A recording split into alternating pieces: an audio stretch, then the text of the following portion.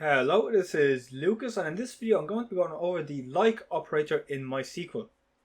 So like operator is very similar to the where operator in MySQL, so I'm just going to show you an example. So I have a table created here, okay, and we have a few values in here. So what we can do is we can do select all from persons, okay, and then what we can do is where.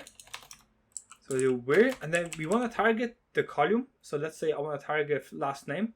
So we can do where last name, and then we can specify the like operator. And then by specifying the like operator, what we can do is we can find a value inside the last name that is like a certain value. Okay, so just for example, let's say we do a like, and then in single quotes we can do something like, let's do p and then the percentage sign equal to this. What this is going to do is it's going to get all the records that are in this column here that start with the letter P.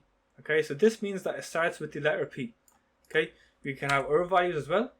What we can do is we can have, if we have the percentage sign at the end, we can do, let's say, or.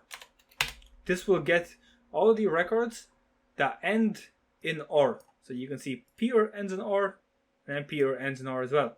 Okay. Now there are a few other ones. I'm not going to go through them all, but I'll just go over a few of them. So for example, we can use, we can do PE, and then we can do another percentage sign. So it's a value surrounded by two percentage signs. And what this will do is it finds any value that has PE in any position. Okay. So in any position. There's a few more that we can do. So for example, if we remove the last percentage sign and we do an underscore, what this does is it will find any value that has PE in the second position. Okay, in the second position.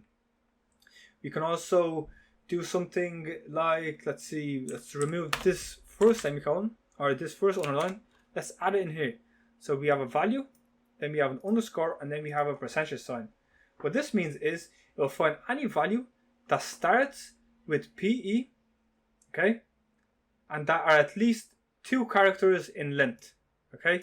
Now, if you want to get three characters in length, then we'll just have to add 2 underscores.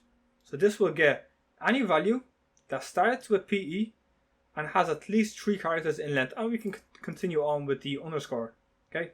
And the very last one that we can do is we can do something like A, and then we can do the percentage sign, and then we can do something like B. What this means is we will try to find any value that starts with A and ends with O. Okay, so that's about it for this video on like operator. Hope this video was helpful. Hope you enjoyed it, and I'll see you in the next one. Peace out.